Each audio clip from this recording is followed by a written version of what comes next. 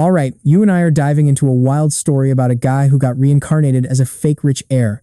To survive his evil biological brother Harry, he literally has to awaken a system to escape his own family. See, the real heir might be a genius reincarnator, but he'll never figure out why he lost until his very last breath. Not only did he completely miss out on inheriting the family fortune, but things took a total turn because every single one of my gorgeous adoptive sisters is secretly crushing on me. Now, during a family dinner, everyone is actually eavesdropping on my mind-link conversations with my system. System Melon. You know my oldest sister Olivia, right?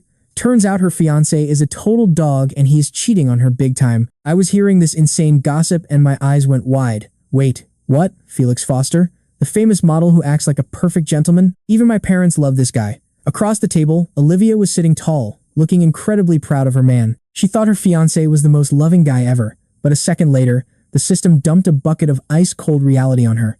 People love acting nice, but we do not live inside his head. So how could we know his real, dirty secrets? Olivia clenched her fists, nails digging in. There was no way she was believing this garbage. She slammed the table, glaring daggers at me. Max, what on earth are you talking about? I flinched hard. Sister, I did not say a word, but inside my head, I was screaming. Man, this girl just snapped for no reason. Honestly, no wonder her fiancé is looking elsewhere with a scary temper like that. Suddenly, my third sister Penelope kicked my shin under the table and muttered, to just eat. That random warning left me completely confused. I awkwardly got up to grab more rice from the kitchen, but I was definitely still listening in. So, how far did they go? The system laughed quietly. Host, they checked into a hotel and have not left yet. It has been 2 hours. It is 1 a.m. and they are still going. Honestly, I was impressed. Wow, that long? Looks like Big Sister is in for a wild ride. Behind me, Olivia snapped. She stood up instantly, bolted into the bathroom, and tried to call her fiancé. But even after calling a dozen times, there was no answer. Panic and absolute fury started taking over her mind. Penelope knocked gently on the door, telling her not to listen to Max's crazy thoughts. But Olivia's voice was totally broken and hopeless. Penny, I called him 12 times and got nothing. My texts are literally sinking like stones in the ocean. Penelope desperately tried to comfort her. Do not stress yet. He might be busy and hasn't seen his phone. Just wait and ask him, or we will deal with Max ourselves. Just leave me alone. Olivia walked away, heading upstairs. Now, pay close attention here, because right then, my inner thoughts started echoing in everyone's ears again. Man, Big Sis looks totally wrecked. Melon, any new gossip? System says there is an 80% chance Olivia already knows the truth. She literally just tried calling him, but I cut in, saying he obviously did not pick up. I am telling you, this guy has insane stamina. He is probably keeping the action going until sunrise. Suddenly, the faces of every single sister in the house turned pitch black. A deadly, murderous aura filled the entire second floor. Olivia slammed her bedroom door shut.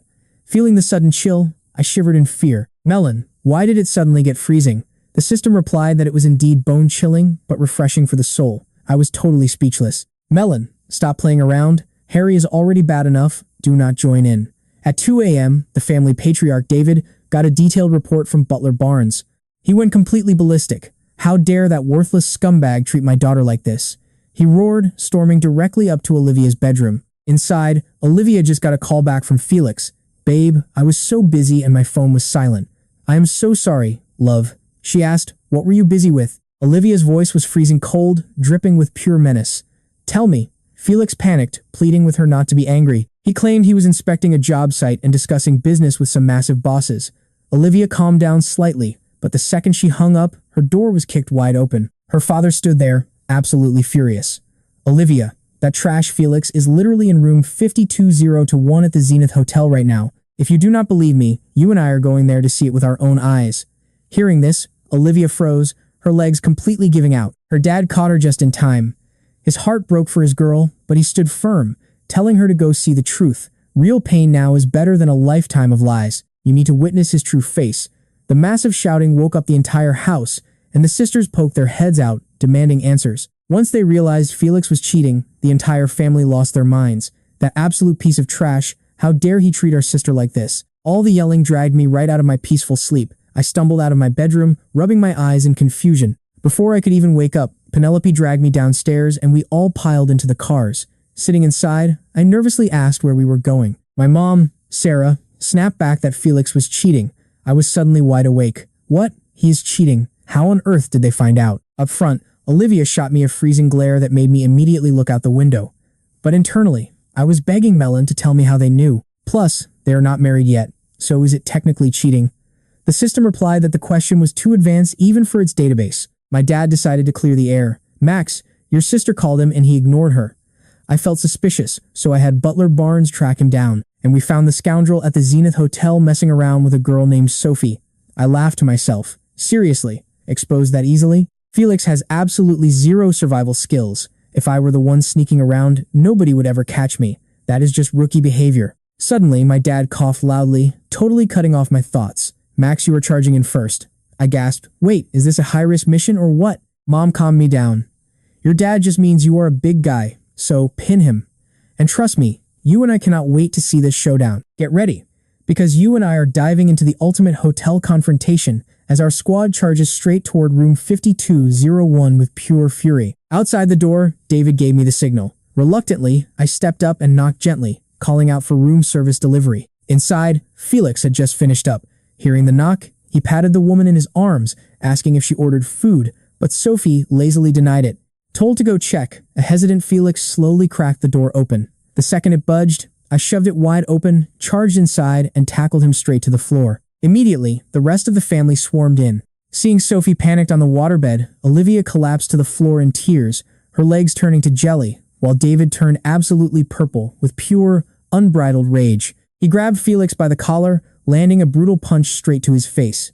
As Felix stumbled, fourth sister Stella screamed, calling him trash for daring to hurt their sister. Fifth sister Chloe glared with pure disgust, while third sister Penelope stayed dead, silent, her gaze cutting deeper than any scalpel. Felix scrambled up, dropping to his knees to beg Olivia, claiming it was all a misunderstanding. In response, she slapped him right across the face. Taking the blow, Felix begged her to keep hitting him if it made her feel better, while Olivia just stood there, trembling with emotion. As she choked out her tears, Felix desperately pointed at Sophie, trying to save himself by claiming she was the one who seduced him. Now pay attention, because Stella stepped forward in absolute fury, asking how the bastard could still blame a woman as Penelope spoke up with a chilling voice. She asked if the Moore family had ever treated him poorly, disgusted that he would do something so filthy and still try to shift the blame. Asking if he took them for fools, she banned him from ever approaching their family again. Hearing this, Felix's face drained of all color. Every single one of his careful plans had completely shattered. He opened his mouth for one final, desperate plea, begging Penelope to listen. "Shut up," she roared, cutting him off. Just then, another voice filled with pure hatred exploded in the room, calling Felix an absolute scumbag, telling him to rot in hell. Sophie stood up, no longer cowering. Her face was now flushed with a terrifying mix of anger and absolute despair. With tears of deep resentment pouring down, she screamed that he got her drunk, using sweet words and promises of resources to trick her. And now that he was caught, he wanted to pin it all on her. She cursed him to a miserable death, promising to haunt him forever as a ghost. Hearing that, David punched Felix again, sending him rolling across the floor, yelling that he was worse than an animal for playing with his daughter. Then, David turned a cold, hardened gaze onto the sobbing Sophie, warning her that she had better keep her mouth shut. Otherwise, he had 100 ways to make her disappear, a terrifying threat that carried massive weight. Sophie choked back her sobs and covered her mouth, knowing David meant it. Supported by her mother Sarah, a devastated Olivia was led out, and we quietly followed. In a flash, only the pathetic cheating duo was left behind. Meanwhile in the car, Penelope held Olivia's hand, trying her best to comfort her. She told her eldest sister not to waste tears on trash, a sentiment that Stella and Chloe quickly and vigorously agreed with. Sarah looked at her heartbroken daughter with a slicing pain in her own chest, urging Olivia to just forget about that miserable punk. Olivia claimed she was fine, but wait until you hear the twist that happened when my inner voice suddenly echoed in their heads. I thought about how strong my sister was, but honestly, Sophie's absolute top-tier body was something almost any normal man would find hard to resist. Instantly, every single eye in the car locked onto me, making me flinch guiltily as I stammered, asking why they were staring. Afraid I would realize they could read my mind, Penelope quickly covered it up, nudging me hard to comfort our sister. Staring at her fierce gaze, I sighed helplessly, muttering that a good man does not fight with women, before forcing a very stiff smile toward Olivia.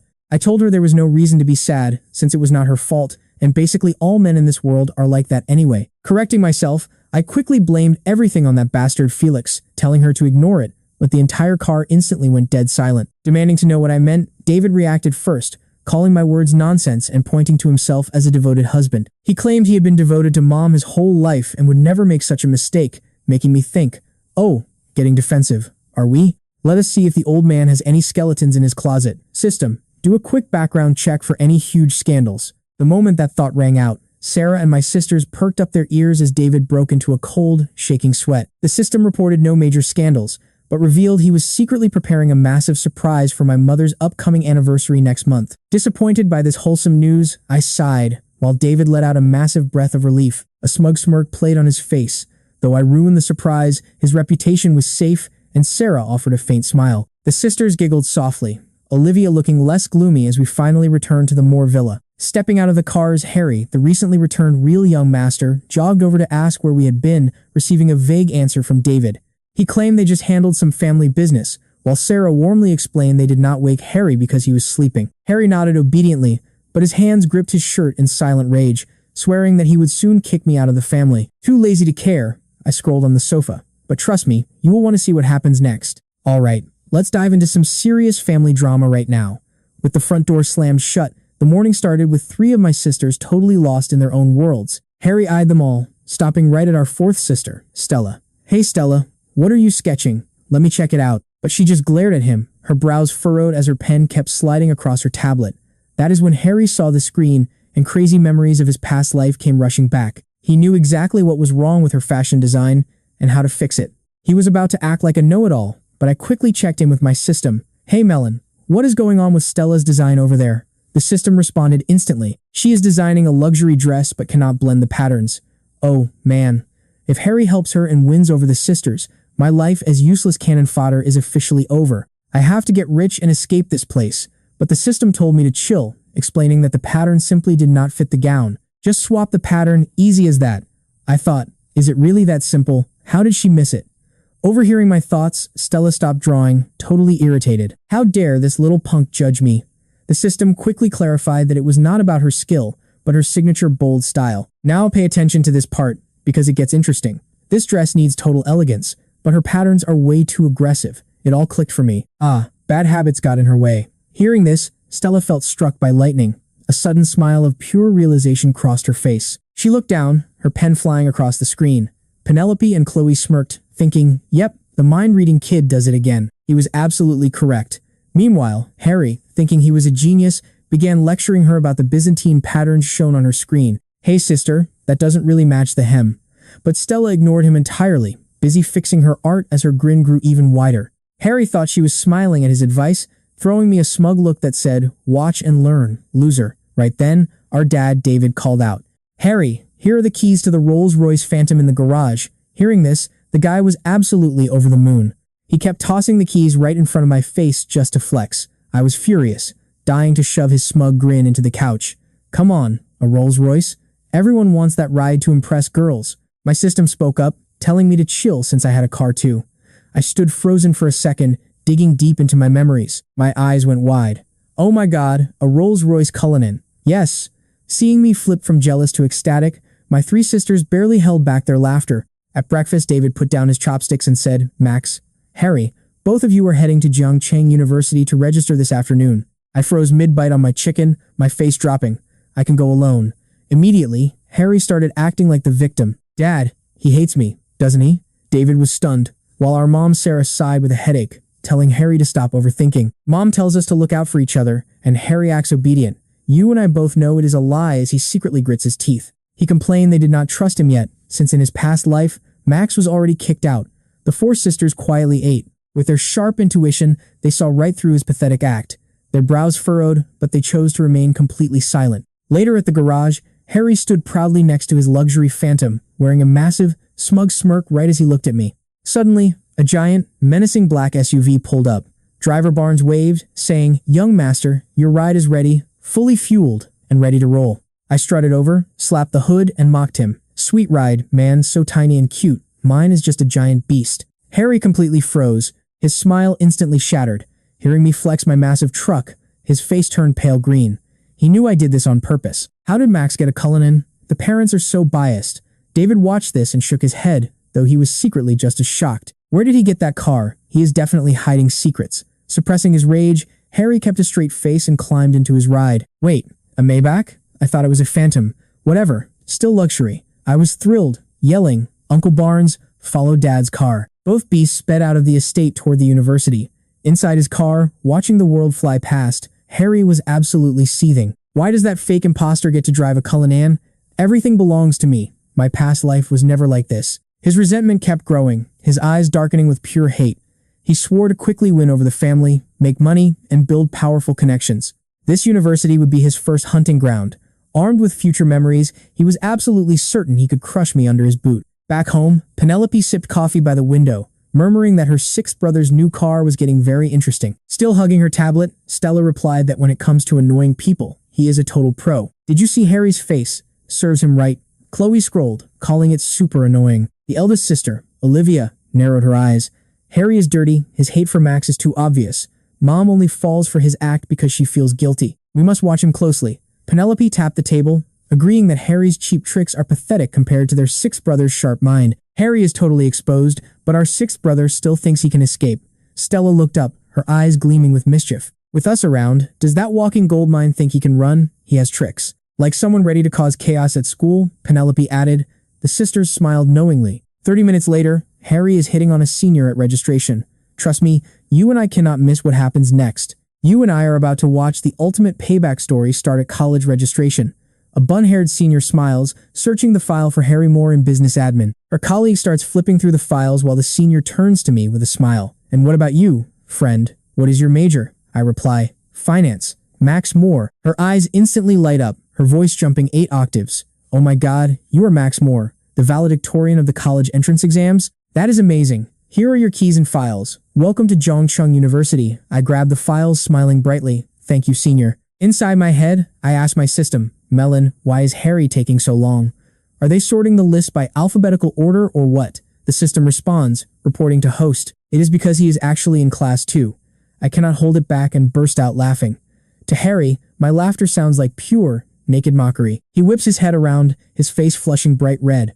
What are you laughing at? I raise an eyebrow, stepping close to whisper in his ear. Little brother, want to know why I got my stuff faster? Send me $10 for a bottle of water and I will tell you. Harry fumes. Max, do not push it. Harry trembles with rage. Fine, pay up or I'm leaving. I pretend to walk away. Wait. Harry grits his teeth and quickly transfers the $10. Spit it out. I chuckle gleefully, leaning in close to whisper.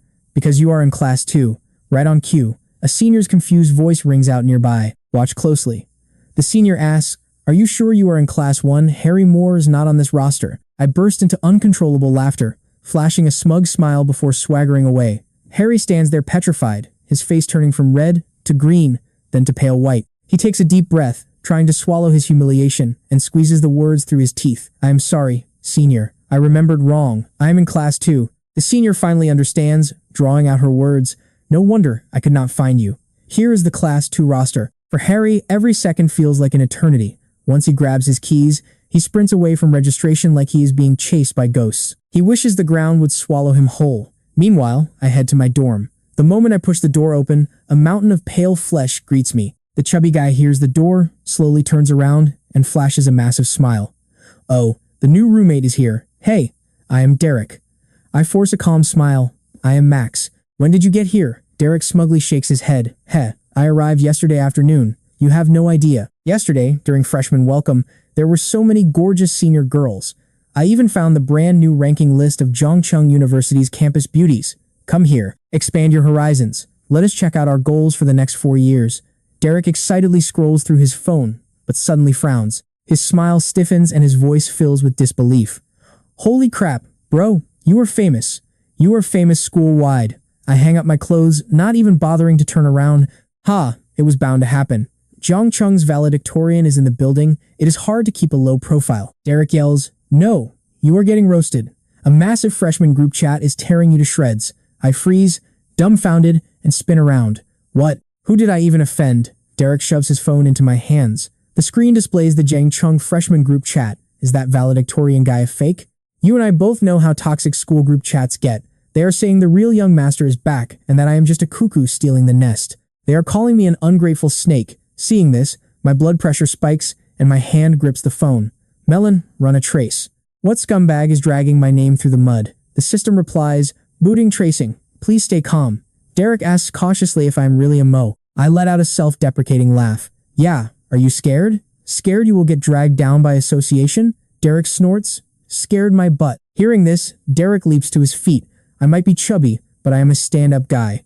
After 5 minutes of talking, I know you are a straight shooter. Obviously, someone is playing dirty. What do you need me to do? Spam the chat in your defense? Or block a door? Just give the word. Seeing his loyal attitude, my anger cools down. I smile. Thanks, man, but there is no need. Fighting with mad dogs is just boring and messy. Drama like this comes and goes. Let it be. It will cool down in a few days. Derek nods enthusiastically. You are absolutely right. We do not lower ourselves to petty villains. My system chimes in. Trace complete. Host. The source is Harry Moe, crying to his roommate Joey about unfairness. Joey is leading the chat smear campaign against you. A cold light flashes in my eyes. Just as I expected. Day 1 and he is already trying to throw hands. Thinks I am an easy target? Fine. We will settle this later. For the next half hour, I unpack my luggage while chatting with Derek. Hey man, got plans for tonight? Derek looks hyped. Do you even have to ask? Tonight is the massive freshman welcome party. The main event is Chloe Moe, the undisputed #1 campus beauty of Jiangcheng University. Hearing my 5th sister's name, I pause. 5th sister goes here. Derek's eyes light up. Bro, is she actually your sister? I nod.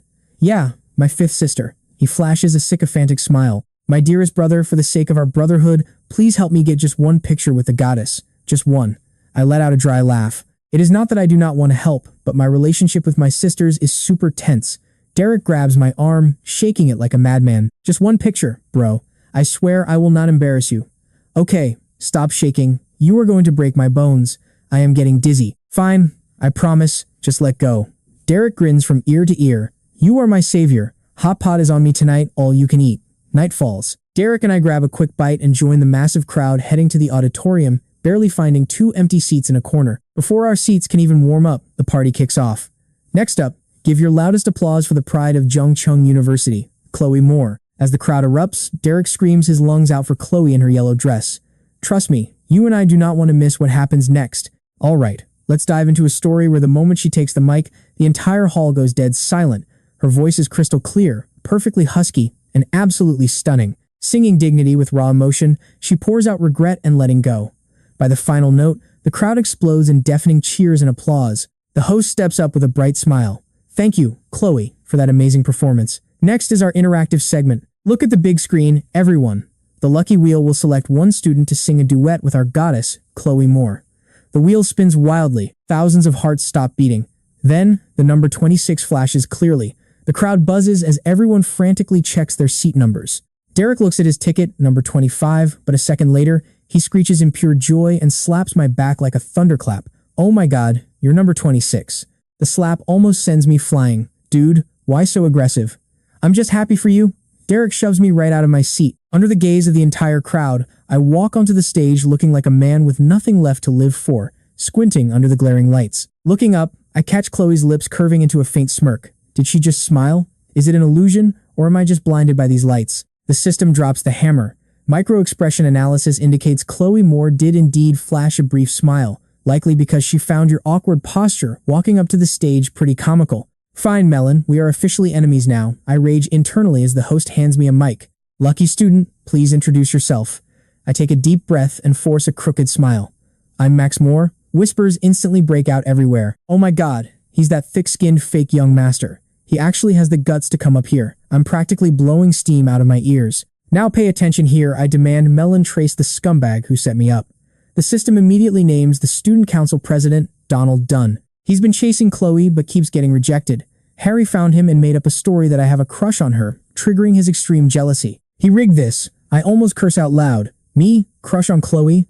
Does that bastard even think before he speaks? The system reminds me that legally, Chloe and I share no blood relation, making her fair game. Whose side are you on anyway? My blood pressure spikes. Chloe overheard the entire rumor about Donald and Harry's scheme. Anger flashes in her eyes, whispering behind her back that I like her. How calculated. The audience grows even louder. Chloe steps forward, her voice quiet but crystal clear through the mic. What song do you want to sing? I blurt out, a little sweetness? She nods slightly, signaling the backstage team to prep the track. I let out a massive sigh of relief. Thank God. Her stage aura is totally different from the toxic snake she is at home, always picking fights. Chloe hears my thoughts, and her smile freezes. Oh, you're dead meat, Max. I remain completely oblivious, only noticing that the temperature on stage suddenly drops a few degrees. As the intro music plays, Chloe casts aside all distractions, her voice echoing beautifully. I take a deep breath and sing along, starting shaky, but the raw simplicity of my voice gradually quiets the noisy crowd. Under the spotlight, our eyes meet for a fleeting second, sparking undeniable chemistry. 3 minutes later, the duet ends beautifully. The auditorium erupts in deafening cheers. Chloe naturally grabs my wrist and pulls me to the center. You and I both know what's coming next, right? Total panic. If I steal her spotlight, the wolves down there will tear me apart. Hearing my internal panic, Chloe smirks with the smug satisfaction of a master prankster. Her hand feels incredibly soft, carrying a faint, sweet fragrance. For a second, I completely lose my train of thought. Chloe gives my wrist a gentle squeeze, then lets go, her ears turning slightly pink. This brat actually dares to judge me in his head. She maintains her bright smile, but she's already calculating exactly how she'll deal with me later. After bowing to the audience, I try to make a run for it, but Chloe is way faster, grabbing my sleeve and dragging me away. Where are we going? She doesn't answer, pulling me straight into the backstage area before turning around with a highly mischievous smile on her face. The student council is having a private party. You're coming. I shake my head violently. No way. I just got to Jiangcheng University, okay?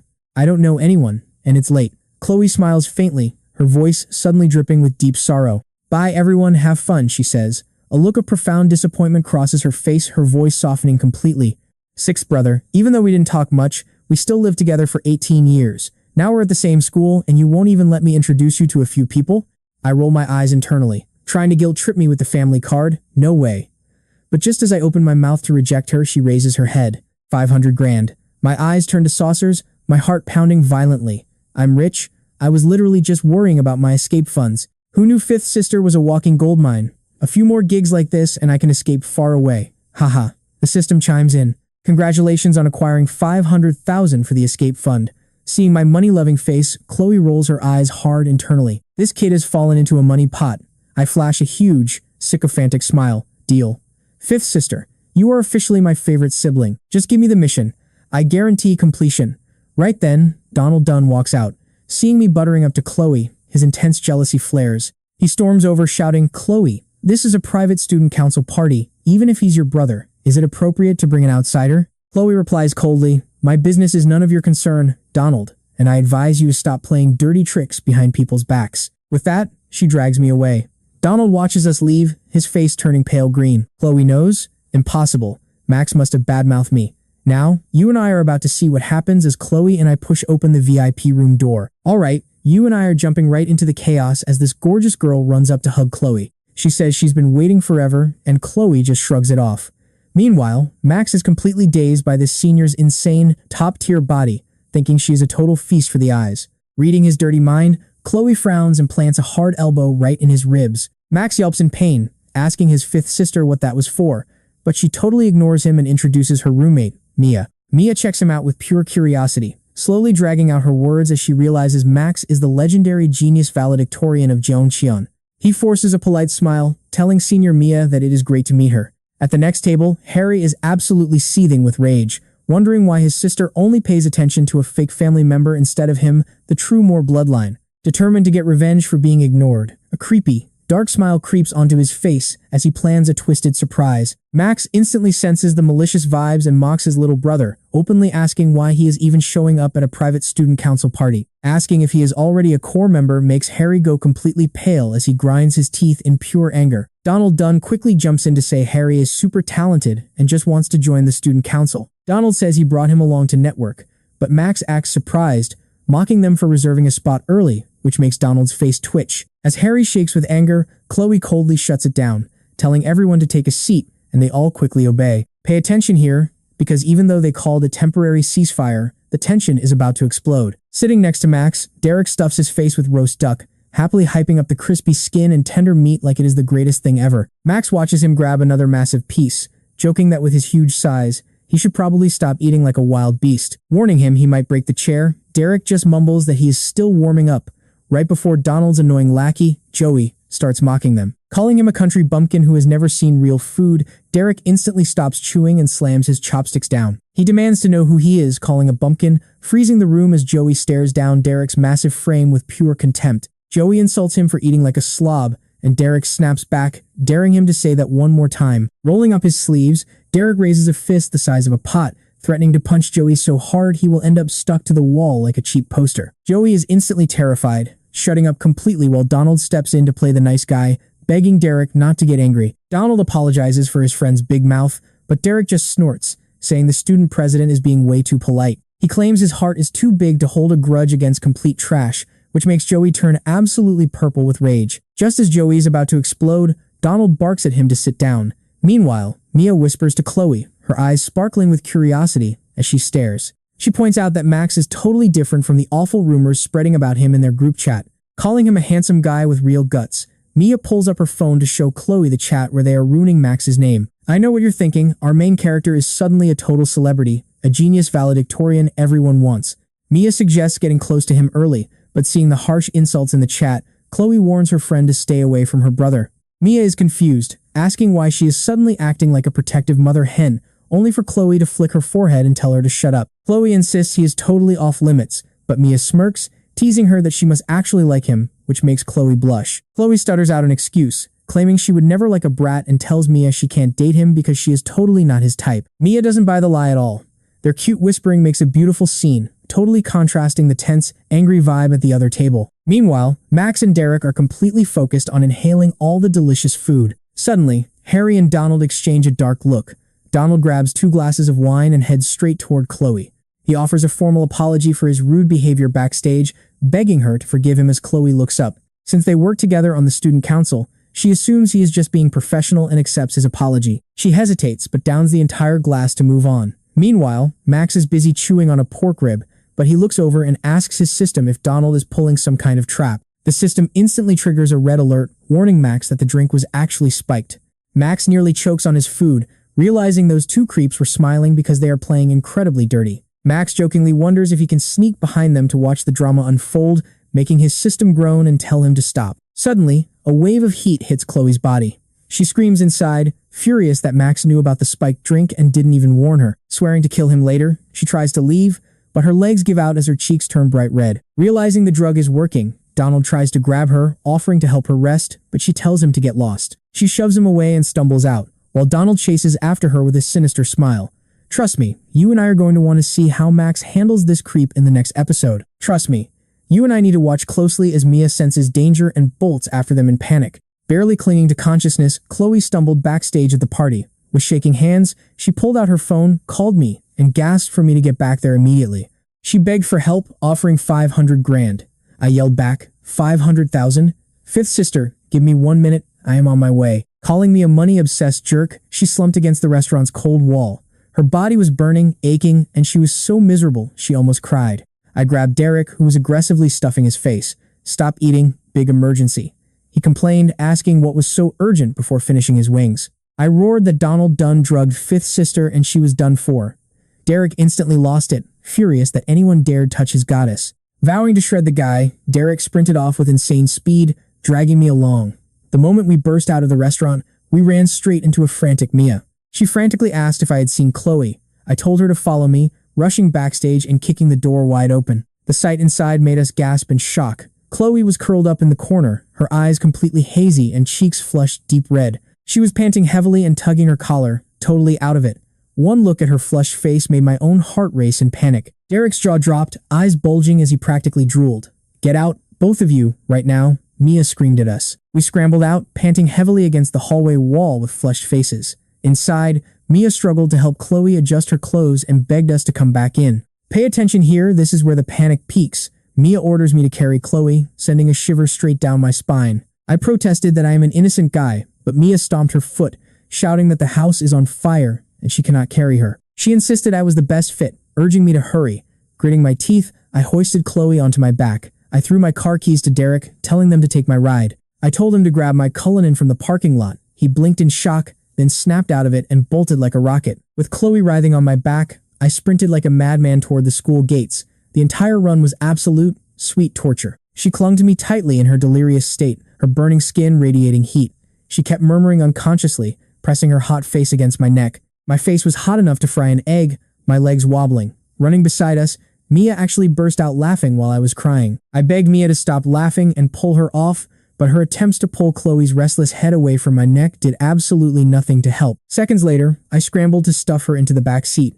I yelled at Derek to step on it and find the nearest hospital. He slammed the gas pedal, and the Cullinan roared to life down the road. At the hospital, the doctor quickly gave her an antidote and a sedative. Chloe finally drifted off to sleep, though her brows were still knit together as if she was annoyed even in her dreams. I told Mia everything was handled and they should head home after this long night. I would stay behind to watch over fifth sister. Mia gave me a highly suspicious look, teasingly asking if I was really just watching her or waiting for her to sleep to try something shady. I swore to the heavens, asking if I looked like the type to take advantage of a girl in danger. I insisted I am a true gentleman. I claimed Donald's disgusting actions made me sick, but internally I was calculating. No way would I mess up before that 500,000 hits my account. You and I both know she's breathtakingly beautiful, but right now, looking at her sleeping, the room is finally quiet. Touching the faint bite marks on my face, I realize this fifth sister is a total tigress. Smiling about the 500 grand, I smirked. My escape plan is finally coming together. Soon, exhaustion hit me hard. I slumped by the bedside and fell asleep until 7 a.m. Chloe's eyelashes fluttered as she opened her eyes. Vivid, chaotic memories of last night instantly rushed back. She remembered clinging to my back, her hands sliding under my shirt, and her lips kissing me wildly. Flushed completely red, she pulled the blanket over her face. She panicked over what she did to her sixth brother, feeling so incredibly embarrassed that she did not know how to face him again. Just then, a light knock on the door startled me awake. I stumbled over to open it, finding Derek and Mia holding bags of breakfast. Mia smiled, wishing me a good morning. Her eyes immediately darted to Chloe on the bed as she teased if the goddess was awake. Chloe tried to act cool but blushed. Derek nudged me, whispering that the campus beauty's face was as red as a ripe peach. I whispered back that she was probably remembering her glorious achievements of torturing me last night, her face red enough to literally bleed. Internally, I was feeling pretty smug. She was lucky she ran into a true gentleman like me who kept his pure innocence completely intact. Had it been Donald, the outcome would be bad. Overhearing my thoughts, Chloe was so flustered, she practically exploded with rage. Gripping her blanket, she ground her teeth, furious that this brat dared to take advantage of her and then brag about it. As she fumed, the system chimed in, reminding me that the 500,000 escape fund was not yet deposited. I instantly shifted into money-grubbing mode, sliding closer to the bed with a goofy smile to remind her of last night's promise. At the mention of the 500 grand, Chloe's embarrassment turned to pure rage as she snapped that she would transfer it. I thanked her, ignoring her murderous glare. Mia noticed the tense atmosphere, sensing that something was very wrong between us. And that's where we leave it with Mia playing peacemaker before Chloe absolutely explodes. What a wild ride, right? Alright, you and I are about to watch our main character deal with his angry sister. He tries feeding her, but she just bites a bun viciously. Right after she gets discharged, my phone pings with a text from Mom. She says tonight is my sister's birthday, and everyone has to be home. No exceptions. I completely forgot, but my system immediately pipes up to remind me. It demands I get her a birthday present. A gift? I try to act like I do not care, searching for a cheap excuse. What is even worth giving? It is the thought that counts, right? Can money really measure a genuine gift anyway? Seeing me stare at my phone, she gets a sliver of hope, wondering if I prepared a surprise. But hearing my stingy thoughts, her hopes completely shatter. Furious and cold, she snaps that she is leaving right now. Whoa, what is the rush? I scratch my head and tell Derek to drive the girls back to school safely while I handle my own business. Derek beats his chest like a hero, swearing he would cross mountains of swords and oceans of fire to protect his goddess, then runs after them. Once outside, I collapse onto a flower bed, pulling my hair in pure frustration. System, you have got to save me here. I need something cheap but unique for her. My system slowly replies that my fifth sister has a very special hobby. She absolutely loves street racing. Check this out. Because since he completed that hidden mission to protect his sister, the system is unlocking an insane reward. Finishing the next task rewards a one-of-a-kind purple Bugatti Veyron. My heart starts pounding like crazy, but the system throws ice water on my excitement. The car has a DNA lock, meaning only my sister can drive it. I jump up in fury. Are you kidding? I risk my life just to work for her? The system tells me to calm down and think of the $1 billion. Think of how grateful she will be and how your status will skyrocket. Dreaming of that sweet cash, I suppress my burning rage. Fine, what is the mission? The system excitedly tells me to deliver a home-cooked meal to my eldest sister Olivia at her corporate headquarters. While she eats, I have to deliver some specific lines. Eldest sister, if any trash dares to make you mad in the future, just say the word and your younger brother has got you covered. I, your younger brother, might not have much power, but I guarantee I will call the police immediately, find a strong Wi-Fi signal, and we can run away like total pros. Is this comforting her or literally sending me to my grave? I ask, completely stunned. The system tells me not to worry. You and I both know systems lie, but this one claims the crazy dialogue has a 99.9% success rate. I sigh tragically, standing up with epic energy. If I die, I die. I am doing this. I am risking it all for her gift. Meanwhile, Derek drives the sweet ride to the university gates, but a guy named Donald immediately blocks the girl's path. He asks if she is okay, pretending to care, but her friend responds with pure, dripping sarcasm. "Do not worry, Donald. She is fine and my brother Max took amazing care of her all night long." Donald's jaw drops in shock. They spent the night together? His face turns dark with jealousy, asking if he did anything to her. She is totally disgusted by him. She warns him that he is overstepping bounds because he is her brother, then walks away with her friend. Donald stands there shaking. He thinks they are not even blood related. A man and woman alone all night? Something must have happened. Wait, the friend was there, so maybe not. But he is still driving that insanely expensive car. Furious and green with envy, he storms off. Back home, I gather ingredients like fresh chicken and ribs to start cooking. I am making scallion chicken, sweet and sour ribs, and tomato egg soup. The ultimate balanced meal. I prep the food, heat up the stove, and start frying. Soon, an incredible aroma drifts all the way upstairs. My other two sisters smell it at the same time, wondering what smells so heavenly. It is way better than the chef's cooking. They decide to sneak down and investigate. They creep down into the kitchen and see me effortlessly tossing the hot food in the wok. Stella tiptoes closer, her soul completely captured by this incredible scent. Who could resist this? I suddenly jump in surprise, almost dropping my pan when I see them standing right behind me. I ask if they are okay, and they snap out of their trance awkwardly, offering to help carry the food. Stella joins in too, not wanting to lose. I pack some of the dishes into a thermal container for our eldest sister. The moment I put a plate down, Penelope steals a piece of chicken.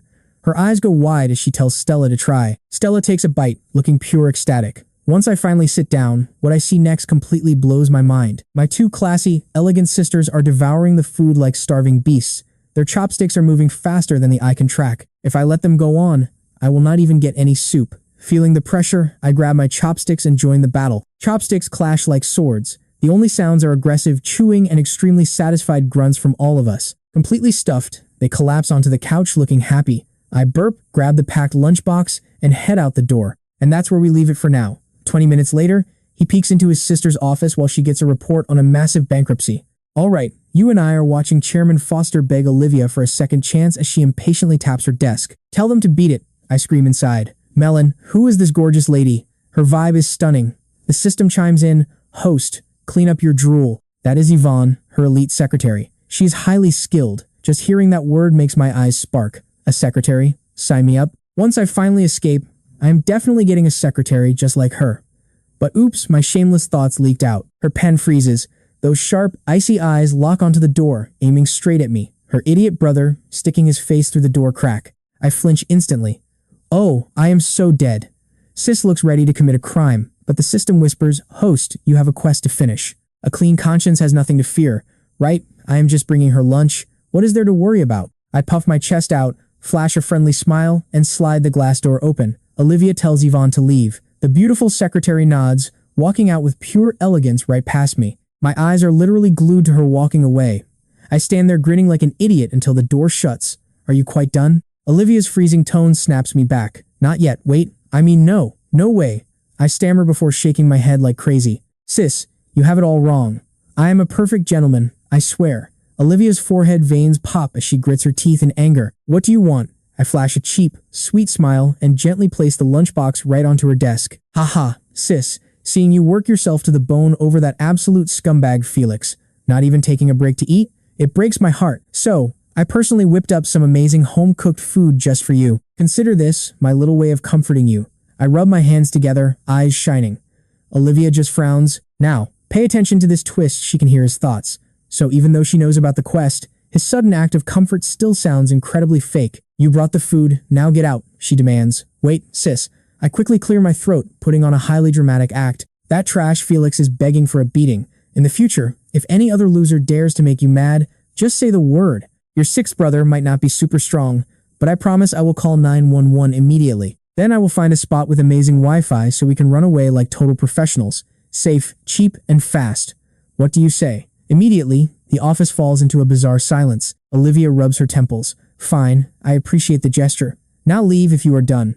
"All right, sis, enjoy your lunch. I am out of here." I vanish like a ghost, cheering inside. Mission success. Yes. "Hey Melon, where is my fifth sister's Bugatti? Let me see that ride." The system confirms the sweet new ride is ready to summon any time. As his footsteps fade away, Olivia sighs helplessly and looks down at the lunchbox. Can he actually cook? She pops the lid, and an incredibly delicious aroma hits her. Her stomach immediately growls in hunger. She grabs a spoon, taking a suspicious bite of the chicken. Suddenly, her eyes widen. The taste is both familiar and totally new. You and I both know why she never expected this comforting dish to come from her lazy playboy brother. 10 minutes later, she finishes every single drop. Staring at the empty container, she mutters, "My brother is a culinary genius. Tonight is fifth sister's birthday. This should be fun." As I walk out of the office, the system suddenly blares a loud warning. Danger. 7 high-threat targets detected close by, behind you to the left, but with your current power, you can easily crush them. I stop in my tracks. Who dares to mess with me? Time for a warm-up. I act totally clueless and walk straight into an empty alley. Instantly, 7 guys rush in and corner me. I look over and see 2 guys wearing cheap plastic masks in the back. I almost burst out laughing. Do these idiots seriously think I cannot recognize them? Donald's flashy posture and Harry's pathetic, cowardly stance. I would recognize those 2 losers anywhere. I sneer internally. Donald, Harry, my dear brother, it is boiling hot today. Aren't you suffocating in those cheap masks? Just take them off. You both stand out way too much. Harry shakes, looking at Donald. Boss, we are busted. What do we do? Donald is furious and tears his mask off. So what if he knows? We have him outnumbered. Get him. He barks at me. Max, what the hell did you do to Chloe last night? I pick my ear, making a goofy face. Last night? Oh yeah, I was with fifth sister. What did we do? I grin wickedly, dragging out my words. Take a guess what a guy and girl do alone. Exactly what you were thinking. You bastard, Donald roars. Break his legs. Harry screams, ordering the 5 thugs to jump me. The 5 thugs grin, swinging baseball bats as they close in. Kid, you picked the wrong crowd to mess with today. I dodge a swing and launch a brutal kick right into the first guy's stomach. He screams, rolling on the ground in agony. Donald panics, yelling that I played dirty. The others hesitate, terrified of my aura, but they scream and charge again anyway, hoping their numbers will save them. Right at that critical moment, a woman's voice echoes down the alley. Freeze. Before I can even see her, my vision blurs and I am slammed hard onto the ground. A cold metal gun barrel presses against my neck. Police, hands on your heads and get down on the ground right now. Donald and his thugs turn pale with fear, instantly drop squatting with their hands up. I fight the pain and force a tight smile. Officer, this is a massive misunderstanding. They jumped me first. It was self-defense. Shut up and stay down, she orders, her gun perfectly steady. Search complete. She is Detective Hazel. But trust me, you and I are about to see she is actually a top-tier wealthy heiress. Alright, you and I are about to meet Hazel, an undercover cop who is best friends with big sister Olivia. And today, she is visiting on official business. Wait, did the oldest sister get in trouble and get dragged down to the precinct for interrogation? Hazel secretly hears his inner thoughts and freezes, keeping her cool. Suddenly, sirens wail, patrol cars pull up, and the whole crew gets thrown in the back. Inside the interrogation room, Hazel drops the hammer. Name, hey Officer Sis. I am Max. I grin, trying to flirt. She snaps, wipe that smile off. She slams the desk, yelling at me to cooperate. I instantly freeze up, sit straight as an arrow, and start spilling every single detail. Look, they jumped me. I was just defending myself. Hazel takes notes and says they will check the story. If it is true, he can call family to bail him out. Great, call a family member, but who? I cry on the inside. The Moore family? Wait, what about my eldest sister? I did just bring her a nice lunch, even if it got messy. Surely she would rescue her brother, right? But the system immediately ruins my hope. System analysis says there is less than a 5% chance Olivia shows up. Get ready to sleep on a cold holding cell bench tonight, loser. You are a trash system, always holding me back. I curse. Hazel pretends to take notes, but hearing my mental breakdown makes her lips twitch in amusement. So she calls Olivia directly, saying she ran into trouble. She was heading over for their shopping date but walked right into a massive street fight instead and needs to report it. Pay attention here, because we are about to see her find out Max is locked up. She explains he is fine and just needs a signature to go home. I will be right there, Olivia replies, her voice completely flat and short. Hazel promises to finish up fast so they can shop, since she rarely gets days off. Olivia, who was busy shopping for Chloe, agrees to meet up. See you in 10, she says. Exactly 10 minutes later, Olivia strides into the police station lobby looking incredibly cold. She finds me slouched in a chair, playing a game on my phone, completely relaxed. She asks Hazel where Harry is, and Hazel tells her that both he and Donald Dunn already got bailed out. Hazel scoffs with a look of pure disgust. Olivia hears this, her eyes turning completely freezing as she gives a slow, silent nod. She walks straight toward me while I am still staring at my phone. Suddenly, a familiar scent hits my nose. Wait, why does this smell like her office? Before I can even process it, a hand grabs my ear and twists it hard. Ow, I jump out of my seat, screaming in pain. Sister, be gentle. My ear is ripping off. Olivia finally lets go, her face totally blank. Did you have fun playing your game? Let's go, she commands. I rub my burning red ear, staring at her like a kicked puppy. She is an ungrateful, icy demon. I literally just brought her a delicious lunch, and this is how she treats me. If she was a guy, I would have thrown hands. The system frantically tries to calm me down. Host, think of the $1 billion. Think of your Bugatti. Calm down. Forget that. This stupid mission is the reason I am in this mess to begin with. As of today, Olivia is my absolute mortal enemy. We are totally done, and I am never talking to her again. I dramatically turn my head away to prove my point. I know what you were thinking. This kid is hilarious, and Hazel can barely stop from laughing. Olivia is not even mad. She actually finds this pretty funny. Is teasing my brother really this entertaining? A tiny smirk appears on her face. She coldly tells me to move, walking out as Hazel snickers behind her. I stand there frozen for 3 seconds, then lower my head and follow like a sad puppy. 10 minutes later, I am slumped in the backseat of her car, looking like a hollow shell of a human being. To make matters worse, Hazel hops in the car too, and she and Olivia start chatting away happily. The front seat vibe is incredibly bright. Meanwhile, I am sitting in the back corner like a literal ghost of depression. Seeing that we are not going home, I force a fake smile. Hey, where are we going? I just remembered I have this super urgent thing at school. Olivia looks in the rearview mirror, her voice full of mischief. Wait, I thought you were ignoring us? Sis, you are hurting my feelings, I cry out dramatically. I could never ignore my favorite sister. You are like a second mother to me, my respected older sister. My love for you flows like a wild, endless river of devotion. We are going shopping at Universal Plaza, and you are our personal pack mule. Also, just call me Hazel. Hearing this, my face instantly drops. Please, Hazel, can I just wait in the car? I swear I won't escape. No, they both reject my plea at the exact same time, sharing a malicious smirk. If you are our free labor, you need to accept your fate. I am so doomed. These capitalist monsters are heartless. I collapse into the seat like a dead fish, losing all joy. Once we arrive at the mall, they immediately sprint straight into a luxury jewelry store.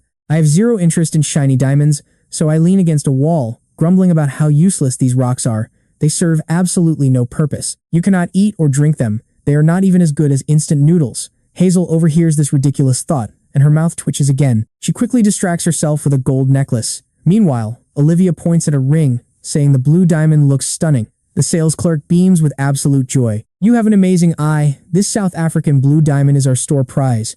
I glance at the price tag. Over $500,000 for a rock? My sister is insane. Give me that cash. I could travel the world 800 times with that kind of money. Olivia overhears this and glares at me. I quickly flash her an innocent smile. Hazel then picks up a necklace to try on, asking for my opinion. I just shrug and give a generic response. You look gorgeous in everything, Hazel, I say. But mentally, I am thinking it is literally just glass on a string, so what is the actual difference? And that is where we leave our heroes for now. With Hazel steaming mad as Olivia checks her watch, trust me, you need to see what comes next. Alright, you and I are diving back in. Hazel nods, saying she has to return to the police station for a report. It is too bad she will miss Chloe's birthday party. She tells me to wish her a happy birthday. After dropping her off, the car heads straight to the Moore family mansion. Seeing the streets fly by, I am absolutely thrilled. Finally, sweet freedom. But I completely miss Olivia staring at me through the rearview mirror, her lips curving into a mysterious, knowing smile. Stepping inside, Olivia spots someone in the living room. Victoria, you are back? Having just escaped my job as a miserable shopping helper, I look over and see a gorgeous woman lounging lazily on the couch. It is the second sister, Victoria, wearing a stunning evening gown. She probably rushed straight here from some major event without even changing. Hey, big sis, just got off the plane. Victoria stands up with a radiant smile. Then, her eyes shift over to me, holding a mountain of shopping bags. Our eyes lock. I freeze. Oh my god, my brain goes numb. Is this actually the legendary second sister, the top-tier superstar actress and singer, Victoria Moore? The system chimes in, telling me to stay calm. Yes, that is Victoria Moore, my idol sister. Even though the others warned her, hearing my crazy thoughts still surprises and amuses her. Oh my god, a living, breathing superstar is right in front of me. I cannot waste this chance. I have to shake her hand so I can brag forever. Determined, I rush over and drop to one knee. Second sister, your incredible reputation precedes you like rolling thunder. Meeting you is the blessing of 3 lifetimes. Would you give me the honor of shaking your hand as a souvenir? The living room goes dead silent. The other 4 sisters, despite knowing what to expect, cannot stop their mouths from twitching at my ridiculous dramatic display. Now watch this part carefully. Victoria is stunned by my intensity. Is this goofy kid really the quiet, gloomy boy she remembers? She slowly reaches her hand out. I grab it tightly and shake it vigorously. I am holding a real superstar's hand. It is so incredibly soft. My life is finally complete. The system warns me to stop this fanatical behavior and maintain my image. Hearing the word fanatical, Victoria cannot help but burst out laughing. I reluctantly let go and stand up, but seeing Donald Dunn lurking in the corner, my smile vanishes. I lift my chin. Oh, if it is not the noble President Donald. Tonight is a private Moore family dinner. Waltz in here like this is pretty tactless, do you not think? Donald's face instantly stiffens. Before he can defend himself, Harry jumps in. Brother, President Donald came to apologize to our fifth sister. He knows he made a huge mistake. Mom and Dad already agreed to let him stay. I look at Harry like I just swallowed a fly. Oh, so he finished apologizing, and the party is starting soon? President Donald, it is getting late, so please show yourself out. Donald's face turns purple. His fists clench, but he does not dare cause a scene in our house. Victoria gently pats my shoulder. All right, sixth brother. Whatever grudge you have, today is our fifth sister's special birthday. Let us settle this after we eat. My anger completely evaporates. Donald breathes a sigh of relief, forcing a stiff smile. Sarah breaks the tension, saying, let us eat. Victoria takes Olivia's arm, smiling brightly, and leads everyone to the dining room. The table gradually warms up. Even Donald tries to join the conversation to save face. David puts down his spoon. Victoria, it is rare for you to visit. Talk more with Harry. After all, you share the same blood, so you should be closer. Yes, Dad. Victoria wipes her mouth with a perfect smile. I suddenly get an idea. Melon, quick, run a scan on her.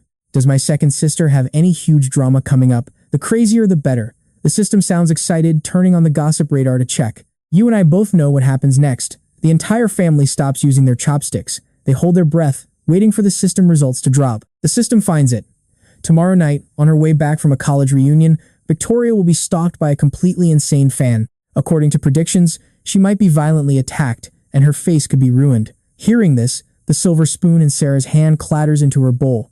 The sisters gasp, their eyes wide with shock. Victoria's hand trembles. A ruined face? For a major superstar like her, that is an absolute catastrophe. Harry notices the strange vibe and pretends to care. What is wrong, everyone? Why did you stop eating? Sarah reacts first, forcing a quick smile. It is nothing. Keep eating. The soup is just a bit hot. Everyone snaps out of it and picks up their chopsticks, but their movements are incredibly stiff. I am reeling from this terrifying drama. She is at the peak of her career. If her face is ruined, her life is over. Melon, lock onto that crazy fan. Give me all of his info. I am definitely taking charge.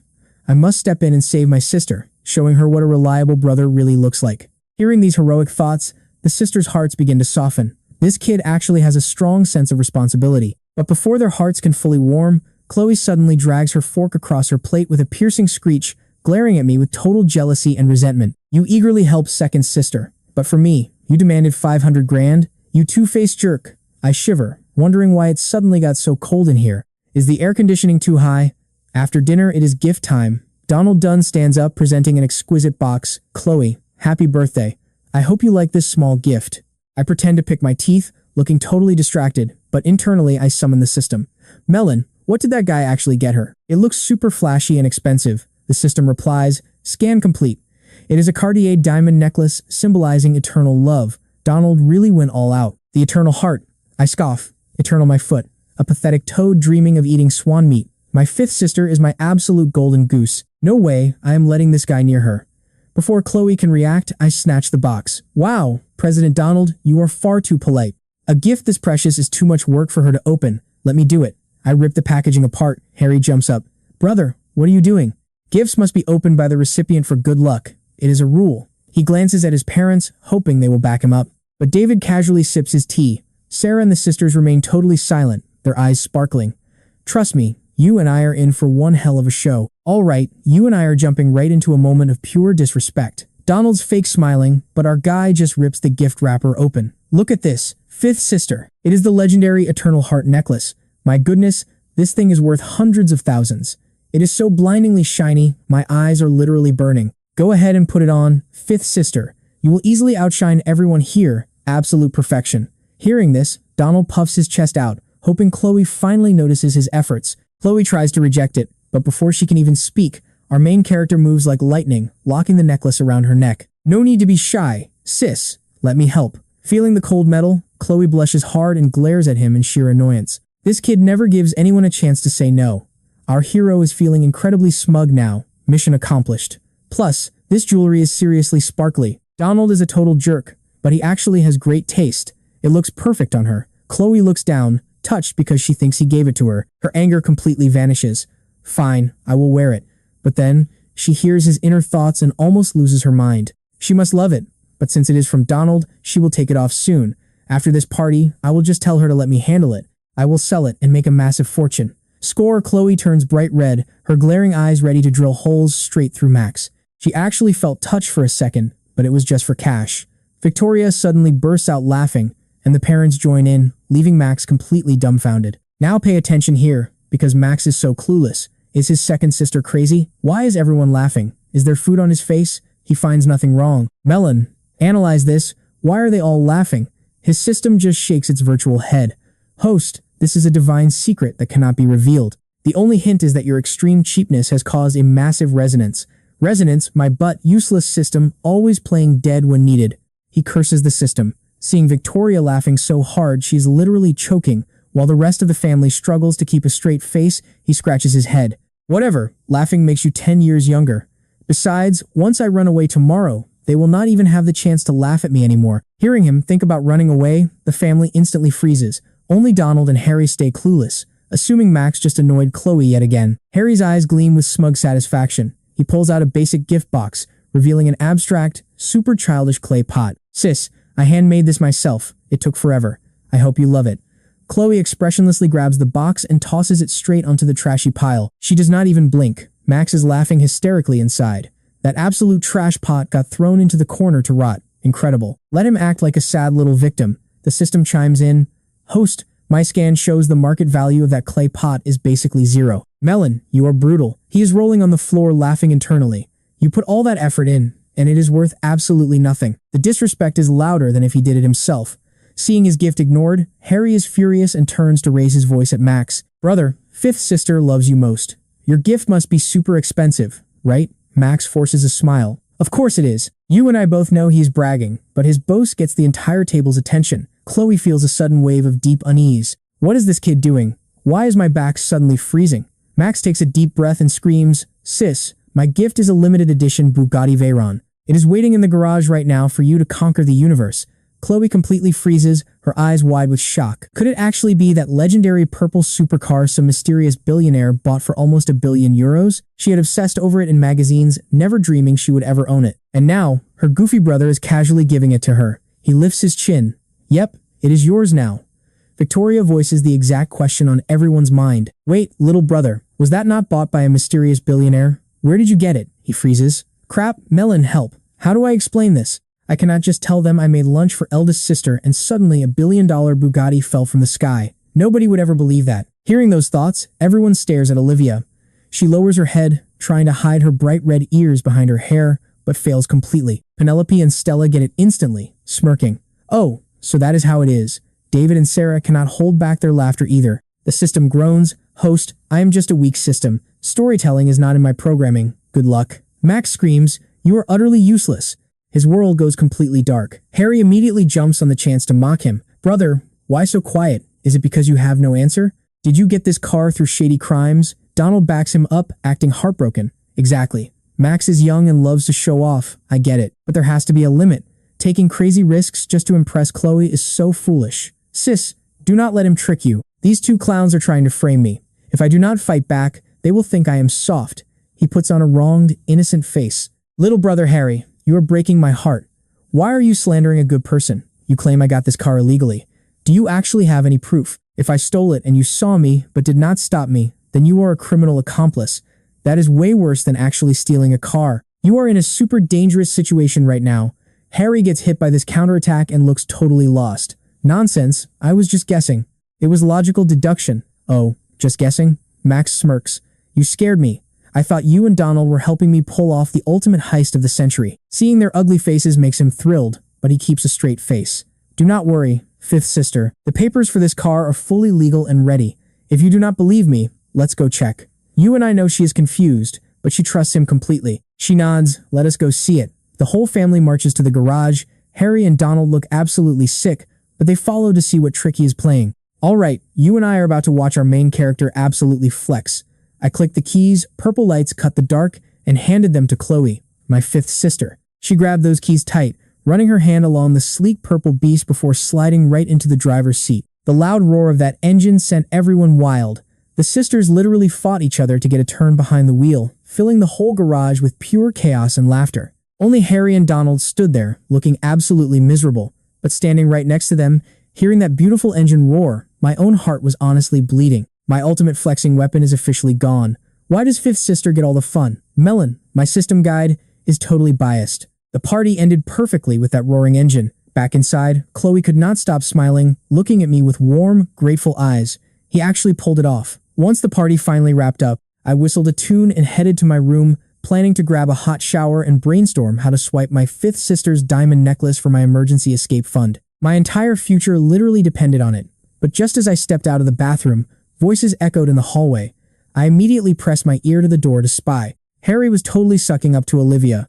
Eldest sister, you are going to the East City project bidding tomorrow, right? Can I tag along and learn from you?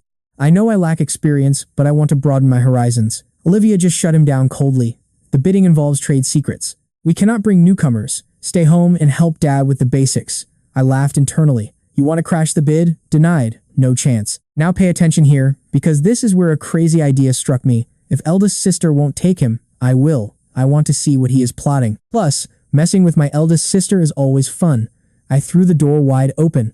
The two of them jumped, staring straight at my abs through my bathrobe. Olivia froze, her ears turning bright red. Seriously.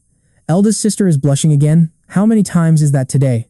Her reactions are honestly top tier. Whoever marries her is going to inherit 8 lifetimes of good karma.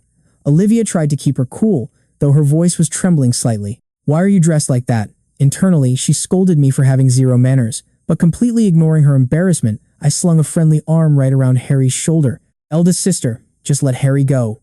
This bidding war is a massive event, a perfect chance for young people to learn, right, my dear brother? I smacked his shoulder so hard he nearly collapsed. Harry winced in pure pain, but realizing this was his golden ticket, he quickly forced a smile. Eldest sister, sixth brother, is totally right. I just want to learn and promise to behave. Seeing my wicked grin, a vein on Olivia's forehead bulged. She stayed silent, then coldly said, "Fine, Harry can go. But Max, you are coming too." In an instant, my own face froze. Crap, I was planning to sneak along in disguise. Why did the script suddenly flip on me? Olivia shot me a sharp, meaningful look, telling me to broaden my horizons too. Then she turned and walked away. I quickly forced a flattering smile, promising not to embarrass her. But as she left, Harry angrily shoved my arm right off him. His voice was dripping with venom. "Max, if you know what is good for you, get out. Is 18 years as a parasite not enough for you? Now you are trying to compete with me?" My fake smile vanished, replaced by pure mockery. "I am not leaving. So what are you going to do about it?" "Die mad, bro." Harry's face turned green with rage. He told me to wait because one day I would cry, glared at me, and slammed his door. Suddenly, Victoria's door across the hall swung open.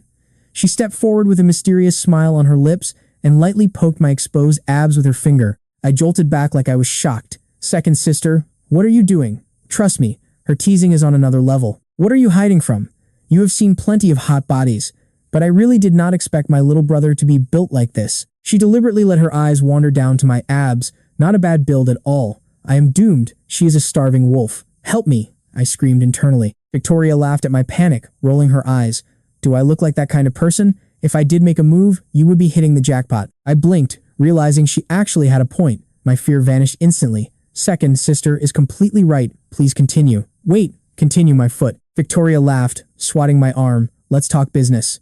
Tomorrow I have a college reunion, and you are coming with me." "A reunion?" I was totally speechless. What kind of bad luck do I have today? Before I could even trick my eldest sister, she dragged me into a bidding war, and now second sister is dragging me to a reunion. What a crazy coincidence. I called up my system, Melon, asking if it was secretly rigging the script. The system cried foul, claiming absolute innocence. "Host, we strictly follow the rules. No plot interference. It is just a coincidence." Meanwhile, Victoria nodded her head. "Yes, a reunion. I am taking you to see the world. Dress nicely, and do not embarrass me."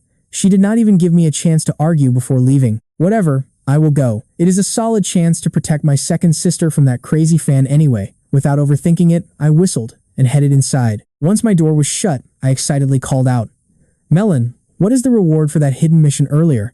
It has to be something absolutely epic, right? The system replied, "Tomorrow night at the reunion, Victoria Moore will be publicly harassed and humiliated by her annoying old suitor, Chad. Get ready. You must play the role of her overbearing boyfriend. Step up and completely destroy that scumbag. The reward is basic martial arts skills." I jumped up. This was triggered because of Harry, right? Chad was hired by those two to target my sister. The system confirmed Donald and Harry planned this dirty trick together. Those jerks really need a beating. I was absolutely fuming with rage. I accept. Tomorrow, I will show Chad who is boss and teach those two scumbags a lesson they will never forget. At the bidding event, eldest sister, Harry, and I sat in our area. I spotted the Dunn family across the room. I asked my system, Melon, who was the bald guy and the dude next to him. The system replied, "The bald guy is Daniel Dunn, head of the family. The guy next to him is Rex. Stick with me, because things are getting wild." All right, you and I are diving into a wild story. Wait, did that guy just wink at eldest sister? The system warns me he is totally after Olivia Moore. He has a terminal case of unrequited love. I scoffed. Has he seen a mirror? How dare this loser dream of my incredible eldest sister? Suddenly, Rex stands up and raises his paddle, trembling with excitement as he yells 8 billion.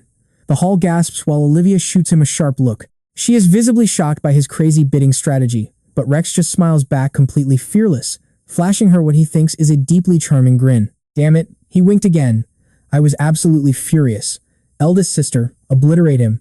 But the system warns me to stay calm and not act foolish. You will lose face, the system says. Eldest sister has this covered anyway. Ignoring the idiot, Olivia signals her assistant, who raises the paddle and bids 10 billion. 10 billion? Rex practically screams out 12 billion. He stares at her with pure obsession, challenging her in front of the entire crowded hall. Olivia calmly sets her glass down.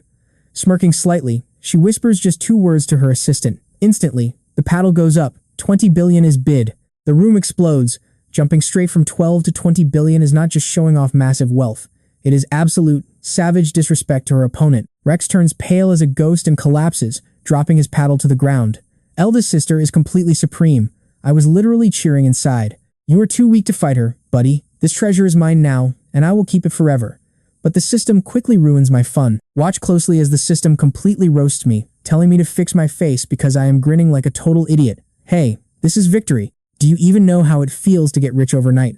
Olivia was about to stand up, but hearing my thoughts, she paused and sneered at my delusions. He wants to steal treasure behind my back? Not happening. Meanwhile, the auctioneer calls out 20 billion once, 20 billion twice, and sold. Congratulations to the Moore Group. Olivia lifts her chin and stands up with ultimate grace to sign the winning contract. I laugh and urge my system to scan Rex again. The poor guy must want to disappear. His face is probably looking greener than spinach juice right now. Let me enjoy this. The system reports that Rex is completely broken. His eyes are empty and his spirit is totally crushed. So basically, tragic. Serves him right for aiming way out of his league. Olivia signs the contract and turns to see me looking around for drama. She follows my gaze and spots Harry sneaking toward Rex. Smiling wickedly, I shout out loud, "Harry, what is taking you so long? Eldest sister won big, so hurry up and follow us." Harry jolts, spinning around with a fake smile that looks worse than crying. I was not doing anything. Coming. He jogs over with his head down, while Olivia keeps on walking, her fingers clenching slightly. Passing Rex, I slow down to rub it in. "You lost, young master, better start saving up." Rex's eyes turn bloodshot as he grits his teeth. He calls me a bastard as I swagger away, radiating pure smug energy. In the car, Olivia remains an ice queen, focusing on driving. Harry cowers in the corner, his eyes burning with venom. I lean back comfortably, spread my legs, and quickly call up the system. Let's pause and look at this scheme. The system confirms Harry was trying to steal the land's value, targeting that exact plot for himself. As a reincarnator, he knows its massive hidden value. Using his future knowledge, he tricked the Dunn family into acting as his bidding shield. If they won, he would partner with them to secretly steal the treasure. Wow, a classic bait-and-switch tactic. That is truly wicked. I frowned. But why not just tell eldest sister to buy it and secretly dig it up later? That would be so much easier and way less risky. The system praises me. This scheme has levels. First, Harry just returned to the Moore family, so his current position is very unstable. Pulling tricks under Olivia's nose, dream on. Second, if the Moore family got the treasure, Harry would never get a single penny of it. He would rather let the Dunn family take the heat while he secretly steals the final prize. And third, Harry is absolutely terrified of the Moore family, especially eldest sister Olivia. He simply does not dare to mess with them on their own turf. That is why he partnered with the Dunns. I burst out laughing. Eldest sister is legendary, and Harry is literally as scared of her as a mouse is of a cat. Hearing my thoughts, Olivia feels like she was struck by lightning and suddenly slams on the car brakes. The sudden stop sends Harry flying headfirst into the front seat. Rubbing his red forehead, he looks at his sister pitifully and asks if she is okay. I complain internally, what is wrong with eldest sister? And why is Harry acting so fragile and dramatic like a little girl? Olivia hears me, narrowing her eyes as she shoots a brutal death glare through the rearview mirror. I freeze mid-laugh. System, did eldest sister just look at me like she wants to end my life? Her eyes are like actual knives piercing right through my soul. Save me.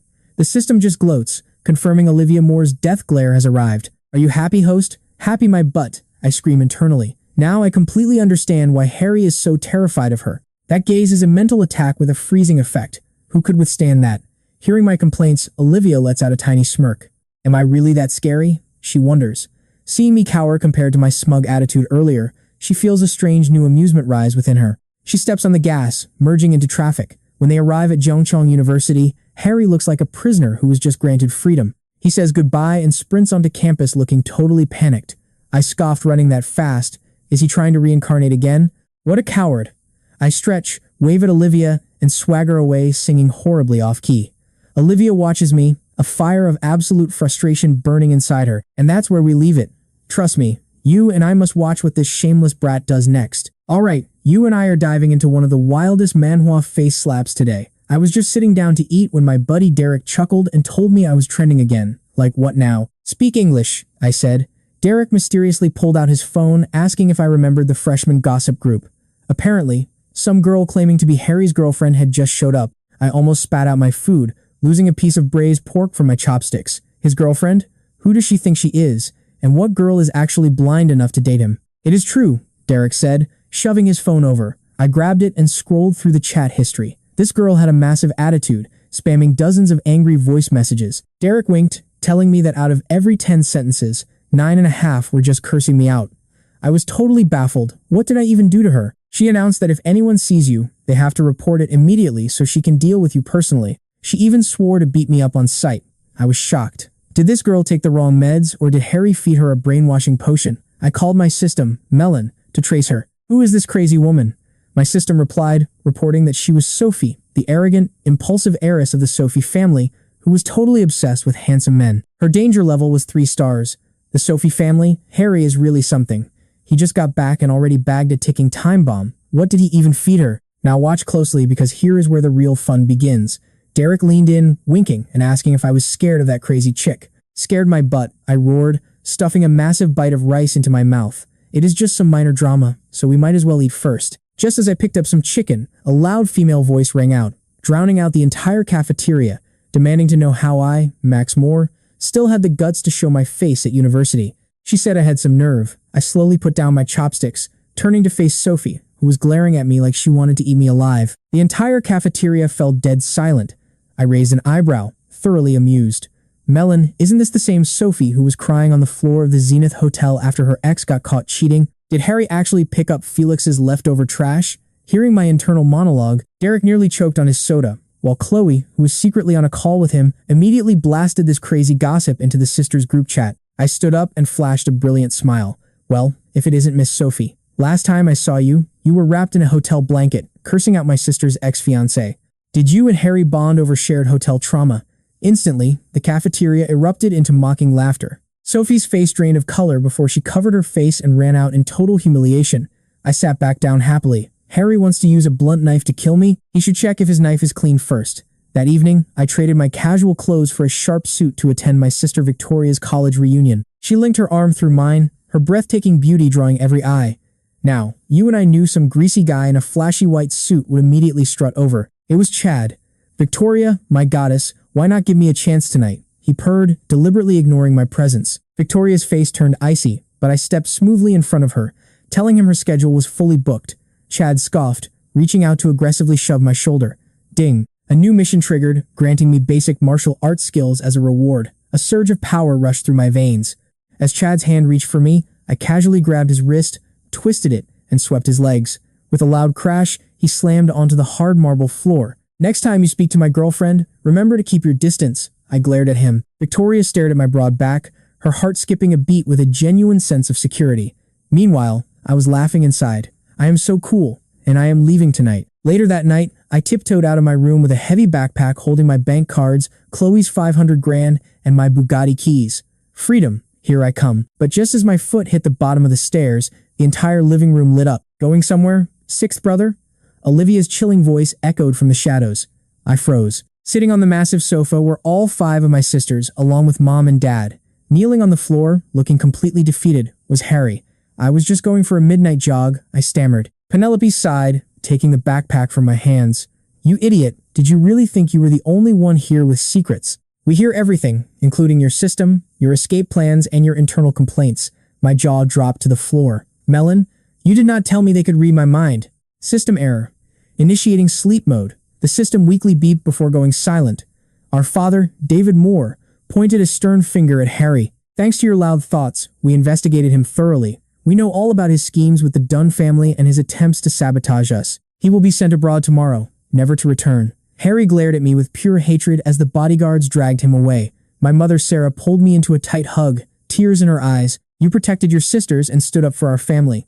Yet you constantly thought about running away because you believed we would abandon you. You are our true son, Max. All 5 of my sisters surrounded me, smiling warmly. Chloe flicked my forehead, warning me that if I ever mentioned running away again, she would impound my Bugatti. Looking at my family's warm faces, all the tension since my transmigration completely melted away. Well, being a rich young master with 5 overprotective sisters is not the worst fate, I thought, smiling. Honestly, you and I can both agree he is finally safe.